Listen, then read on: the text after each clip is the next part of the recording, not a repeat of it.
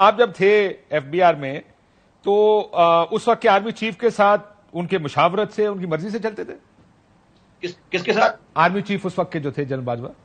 देखिए, मैं आपको एक बात बता दूं, मेरे साथ निहायत करीबी ताल्लुकात थे आर्मी चीफ के, और उन्होंने मुझे हर मौके पर, हर जगह पर सपोर्ट किया। जब मैंने कुछ बड़े लोगों को ट्रांसफर किया और मुझे कुछ थ्रेट्स आई, फिजिकल थ्रेट्स की बात कर रहा हूँ, पर्सनल थ्रेट्स की बात कर रहा हूँ, तो उन्होंने मुझे खासतौर पर एक मैसेंजर भेजा। उन्होंने कहा कि देखो शब्बर, अगर तुम्हें किसी किस्म की कोई सिक्योरिटी प्रॉब्लम है, मैं तुम्हारा जिम्मेदार हूं। और शायद आपको पता नहीं है, मैं सीबीआर का वाहिद चेयरमैन था जिसके साथ 2 कमांडो की जीपें चला करती थी। आपने कभी सीबीआर के चीफ के साथ 2 कमांडो की जीपें नहीं देखी होंगी?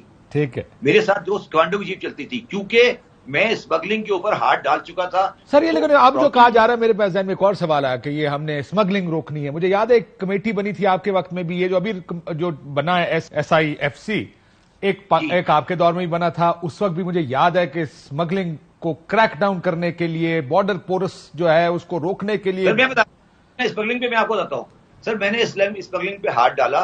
मेरा कोयटा का कलेक्टर को गोली मारी गई। आप मेरा जमाने का टाइम देख लें। जब मेरे कोयटे के कलेक्टर को गोली मारी गई तो अगले दिन में मेरे दफ्तर में बहुत सीनियर अफसर वहां बैठा हुआ था, मेरे कमरे के अंदर बैठा हुआ था। मैंने कहा सर आप किस लिए आए? उसने कहा सर मैं शब्बर साहब इसलिए आया हूं कि पाकिस्तान के बॉर्डर से लेकर 150 मील तक जो लोग रहते हैं उसमें किसी के पास भी एम्प्लॉयमेंट नहीं है। उनकी एम्प्लॉयमेंट स्मगलिंग पे डिपेंड करती है। अगर आपने स्मगलिंग के ऊपर हाथ डाला तो वहां पर पॉलिटिकल केओस हो जाएगा, हमसे लॉ एंड ऑर्डर मेंटेन नहीं होगा। तो आप यानी आपको धमकी लगाई उन्होंने आके, आपको डराया कि ये ना करें? याद है आपको? याद है? मुझे याद है, मुझे वाकयात वो याद है उसे। अब मुझे बताएं कि मैं आपने इसको नाम लेना चाहता, आपको पता है कौन साहब थे? अब उसके बाद मेरे पास जुबैदा जलाल साहब आई। उन्होंने मुझे कहा कि जनाब मेरे तो आधा गांव ईरान में है। आपको पता है इस वक्त ग्वादर में अगर आप चले जाएं तो ग्वादर में जितने भी कंज्यूमर आइटम मिलते हैं वो सब ईरानी स्मगल्ड होते हैं। तो हम किस दुनिया में रह रहे हैं काशिफ? तो यहाँ पे कोई इन चीजों को खत्म नहीं करना चाहता, आप ये कह रहे हैं? ये स्मगलिंग, चोर बाजारी, करप्शन, ये हमने ऐसी चीजें साफ पाल लिए हैं। आप मुझे बताएं कि जब मैंने स्टील मिलों पे हाथ डाला, वजीरिस्तान के अंदर ये जमरूद में जो लगी हुई है स्क्रैप वाली मिलें, तो आपको पता है कि क्या हुआ? सारे सेनेटर आ गए पीटीआई के। उन्होंने कहा सर ये बंद, शब्बर साहब को। और सर ये टोबैको के टैक्स लगाने की कोशिश की तो क्या हुआ था? टोबैको जब मैंने टैक्स लगाया तो टोबैको में होता है जहां पर टोबैको को ना हम लोग एक कढ़ाई में बना के उबालते हैं, उसको यूनिट कहते हैं। तो उससे अगर कंट्रोल कर लें तो टोबैको की आपको प्रोडक्शन को मैनेज हो जाती है। मैंने कहा यार ये टोबैको वाले जो ना ये सिर्फ 500 रुपए टैक्स देते हैं, हमें सिर्फ इसको इसलिए लाना है कि हमें पता लग जाए कितनी टोबैको बनती है। मुझे कॉल किया गया नेशनल असेंबली कमेटी में और एक डेलीगेशन आया लेड बाय सम एमएनए तराकी या कौन सा था पीटीआई का, पीटीआई के फ्रंटियर के 40 एमएनए बैठे हुए थे। उन्होंने कहा शब्बर साहब ये नहीं हो सकता, इसको वापस लें। सो आपने जो करने की कोशिश की हुकूमत के अंदर से, इसी ऐवानों के अंदर से, कहीं दूसरे इदारों से आपको रोक दिया गया ये काम नहीं करना। जब मैंने टैक्स दिया एग्रीकल्चर इनकम को कि ये एग्रीकल्चर इनकम को रिकंसाइल करें अपनी इनकम जो डिक्लेयर हुई है, तो उसमें 40 एमएनए मेरे पास आए, उसमें तमाम पार्टी के एमएनए थे। And delegation was led by mister Shah Mahmood Qureshi. और उसके अंदर जो मुझे हमेशा से याद रहेगा सारी जिंदगी, उसमें एक एमएनए थे ये आपके नसरुल्लाह दरेशक साहब। जी। नसरुल्लाह साहब सारे बंदे बात करते रहे। उसके बाद आखिर में नसरुल्लाह दरेशक ने मुझे कहा कि बेटा मेरी बड़ी उम्र है, मैंने बड़ी दुनिया देखी है, तेरी उम्र कम है, तू ये काम नहीं कर, तेरे बस का काम नहीं है। वाओ।